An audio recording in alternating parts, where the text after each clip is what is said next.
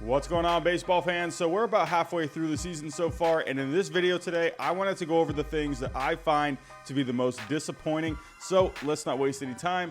Let's get to it. Coming in at number 5, I have the LA Angels. Starting off my list is the LA Angels. While many people, including myself, didn't think this team would have enough starting pitching to make a run this year, I thought they would be a lot better than this. At the time of making this video, the Angels do have an offense and bullpen that ranks 14th. However, the starting pitching only ranks 24th, and their fielding ranks 27th. Even with the additions of Anthony Rendon and Dylan Bundy, this team has actually gotten off to a worse start this year than they did in 2019. In 2019, they were 13-17 through 30 games, while this year, they're at an awful 9-21, 4 games worse than 2019. Ultimately, the Angels should be a lot better than this, and to me, that makes them a huge disappointment. Coming in at number 4, I have Jose Altuve. Coming off the cheating scandal that everyone scorned the Astros for, Jose Altuve was front and center with the alleged use of a buzzer under his jersey. Last year, he did see some numbers digress, including batting average, on-base percentage, and stolen bases. A lot of this was due to some injuries he was going through, but he was still able to set a career high in homers and slugging percentage. With a chip on his shoulder after the cheating scandal, along with an extended offseason to get his body right, you would think he would be setting the world on fire, right? Well, not really. He's having by far his worst season yet, only hitting .206 so far, with only 3 homers, 12 RBIs, and a .592 OPS. The Astros offense has been pretty good this year, ranking 13th so far, but a better showing from Altuve could make this offense that much better. To me though, I was expecting him to have this me against the world mentality this year due to the fact that he'd like to show what kind of a hitter he is without the cheating, but he's been the complete opposite. As of right now, it's hard not to point to the cheating for his past success, and hey, maybe it's just an incredibly slow start. Either way though, I am really disappointed here. Coming in at number 3, I have the New York Yankees Health.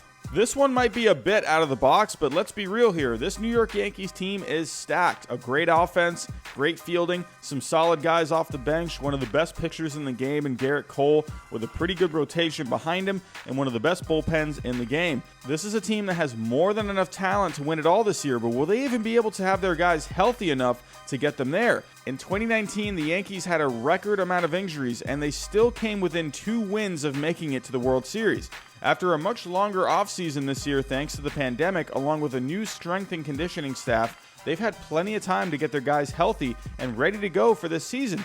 But once again, they're having plenty of injuries pile up.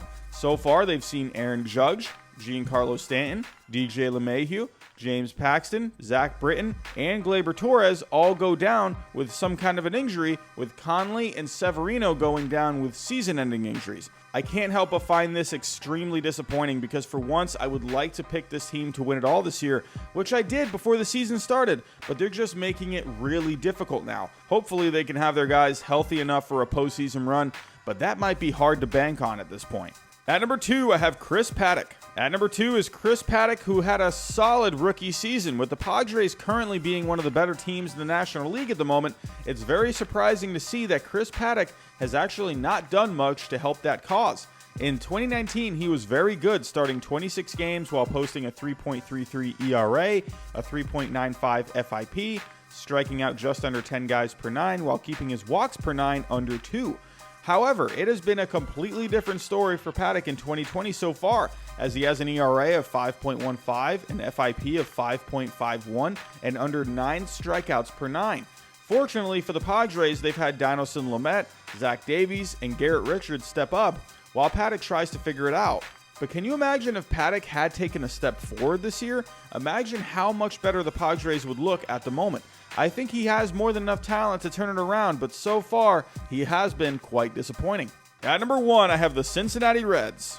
Coming in at number 1 on this list is the Cincinnati Reds, a team a lot of people thought was more than capable of winning the NL Central this year and even capable of making a deep playoff run. While their starting pitching currently ranks 3rd in the majors with the trio of Sonny Gray, Trevor Bauer, and Luis Castillo, the bullpen and offense have been lacking. Even with great seasons so far from Jesse Winker and newcomer Nick Castellanos, the offense still only ranks 25th.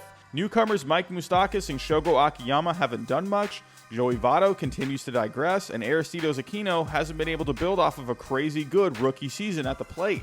As for the bullpen, that hasn't been very effective so far either, as they only ranked 20th. In the first half of 2019, the bullpen was very good, but they really digressed in the second half, and it seems like that's carried into the 2020 season. Overall, a lot of people, including myself, were expecting a lot more out of this team, and while they do still have time to turn it around, they have been a complete utter disappointment so far. So those are the things that I find to be most disappointing so far this season. Tell me your thoughts down below. Tell me some things that you think are disappointing so far this year. But that's all I got for this video. Thanks for watching, and I'll talk to you next time.